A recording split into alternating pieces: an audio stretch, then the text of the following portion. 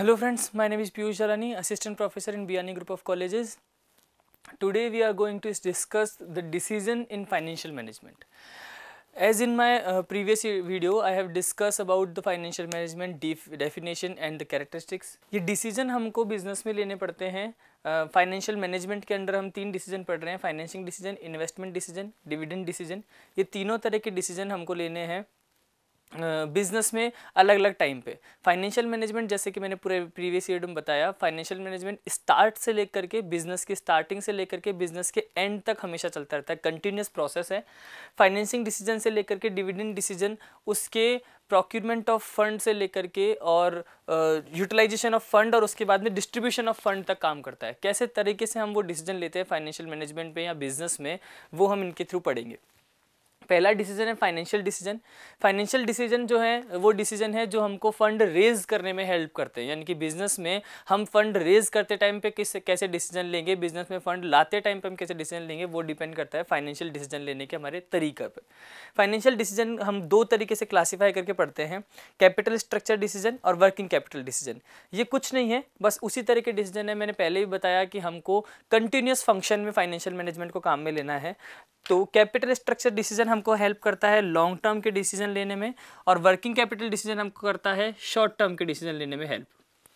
यानी कि long term के डिसीजन लेने, यानी कि स्टार्टिंग में मैं बिजनेस में कितनी कैपिटल लगा रहा हूँ, स्टार्टिंग में मुझे फंड रेज करने के लिए कैपिटल कहाँ से लेकर के आनी पड़ेगी, मेरे पास क्या क्या सोर्सेज ऑफ फाइनेंस हो सकते हैं, जैसे मेरा कितना पोर्शन अपना डेब्ट से फाइनेंस कर सकता हूँ, कितना पोर्शन मैं इक्विटी से फाइनेंस कर सकता हूँ, कितना मैं शेयर कैपिटल से फाइनेंस कर सकता हूँ, कितना मैं लॉन्ग टर्म लोन या बैंक लोन से फाइनेंस कर सकता हूँ. ये सारे डिसीजन हम किस में लेंगे, कैपिटल स्ट्रक्चर डिसीजन में. यानी कि हमारे बिजनेस की कैपिटल का स्ट्रक्चर कैसा होना चाहिए, कितना पोर्शन उसमें डेब्ट का, कितना पोर्शन इक्विटी का होना चाहिए, ताकि हमारे शेयर होल्डर्स को मैक्सिमम रिटर्न मिल सके, ताकि हम उसको मैक्सिमम कैपिटल एम्प्लॉयड की के ऊपर उनको मैक्सिमम रिटर्न लौटा सके, ताकि हमारा डिसीजन जो है वो कॉस्ट ऑफ कैपिटल के हिसाब से मिनिमम आए, हमारी कम से कम कॉस्ट आए हमारे कैपिटल रेजिंग के प्रोसेस में, और उसके ऊपर रिटर्न उनको हम हाईएस्ट दे सके. ये हम कैपिटल डिसीजन लेते हैं. हमारे कैपिटल डिसीजन लेने का मेन मोटिव है हाईएस्ट रिटर्न वापस करना जिन लोगों से हमने कैपिटल को रेज किया है, वो चाहे डेब्ट से हो चाहे वो इक्विटी से हो.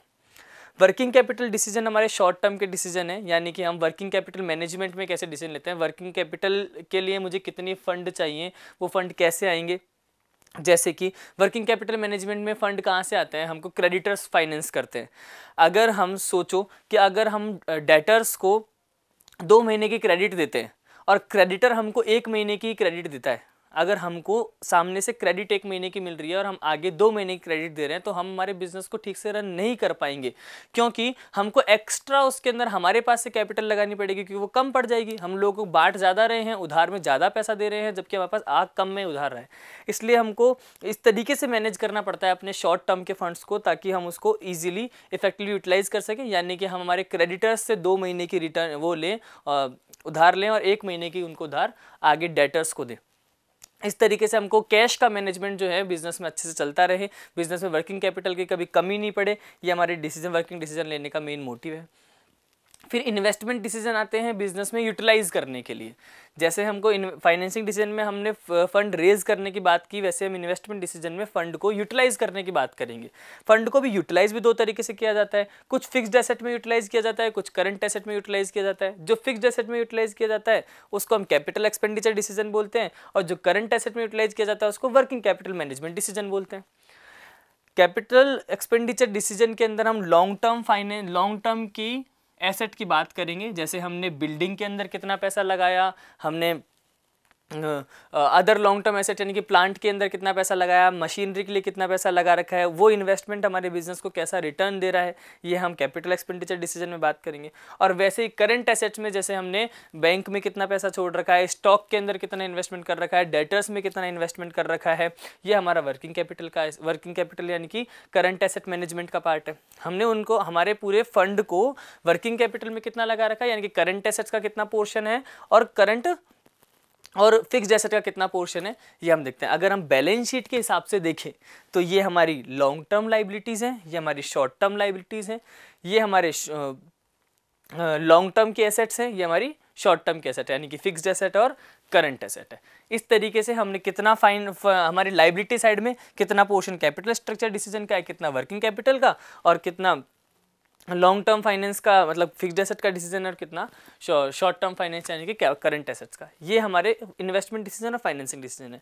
डिविडेंड डिसीजन दो तरह से होते हैं, यानी कि हमको बिजनेस में जिन लोगों से हमने फंड रेज किया है उनमें जो इक्विटी वाला पार्ट है या प्रीफरेंस वाला पार्ट है उनको हम रिटर्न कैसे देंगे, उनको वापस से रुपए लौटाएंगे कैसे। डिविडेंड डिसीजन एक तरीके से रेजिडुअल डिसीजन है। जैसे हम डिविडेंड डिसीजन का में हम डिसीजन लेते हैं कि हमने इक्विटी से जितना पैसा लिया है उसको कितना रिटर्न करना है, कितना परसेंटेज ऑफ प्रॉफिट हम उनको बांटेंगे। हमको डिसीजन ये नहीं लेना होता कि हमको कितना परसेंट प्रॉफिट बांटना है, हमको डिसीजन ये लेना होता है कि हमको कितना परसेंट प्रॉफिट रखना है। जैसे कि फॉर एग्जाम्पल अगर मेरे बिजनेस में मैंने 100 रुपीज़ की कैपिटल रेज की है और अगर मेरे को इस बार 20% प्रॉफिट हुआ है यानी कि 20 रुपीज़, अब मुझे डिसीजन ये लेना है कि फ्यूचर में मुझे इन 20 रुपीज़ का कितना परसेंट खुद को ज़रूरत पड़ेगी, उसमें से कितना परसेंट मुझे बिजनेस में रिटेन करना है। फॉर एग्जांपल हम हमारी फ्यूचर रिक्वायरमेंट को यानी कि हमारे वापस से लौट कर आने वाले नेक्स्ट ईयर के फाइनेंशियल डिसीजन में कैपिटल स्ट्रक्चर के लिए मुझे कितने पैसों की ज़रूरत पड़ेगी ये मैं देख रहा हूँ। जैसे कि फॉर एग्जाम्पल मुझे अगर 14 रुपीज़ की ज़रूरत है,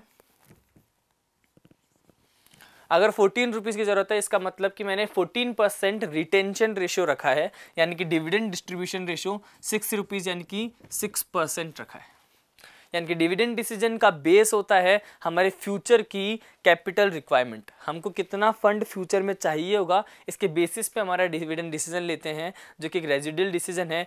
किसके ऊपर? हमारे रिटेंशन रेशियो के ऊपर। हम हमारा रिटेंशन रेशियो डिसाइड करते हैं और जो बचा हुआ पैसा होता है जो हमारे यूटिलाइजेशन का नहीं है या हमारी मार्केट वैल्यू को, शेयर्स की मार्केट वैल्यू को रिटेन करने के लिए कम से कम हमको देना पड़ेगा, वो हम डिविडेंड डिसीजन के अंदर लेते हैं। ये 3 तरह के डिसीजन हम फाइनेंशियल मैनेजमेंट में लेते हैं। यानी कि फाइनेंशियल मैनेजमेंट के डिसीजन फिर से स्टार्टिंग यानी कि साल की स्टार्टिंग या बिजनेस की स्टार्टिंग जो कहाँ से हो रही है, फंड लाने से हो रही है। साल भर में उनको यूटिलाइजेशन यानी कि लॉन्ग टर्म में और शॉर्ट टर्म में यूटिलाइजेशन के बाद में साल के एंड में हुए प्रॉफिट को डिस्ट्रीब्यूट करने से लेकर तक के सारे डिसीजन हम फाइनेंशियल मैनेजमेंट में लेते हैं। हर तरह का डिसीजन जो फाइनेंशियल मैनेजमेंट के थ्रू लिया जाता है वो सब इसके अंदर कवर हो जाएगा। ये है decisions of financial management. Thank you for watching my video. Please like, share, subscribe and comment on my video and please subscribe channel Guru KPO. Thank you.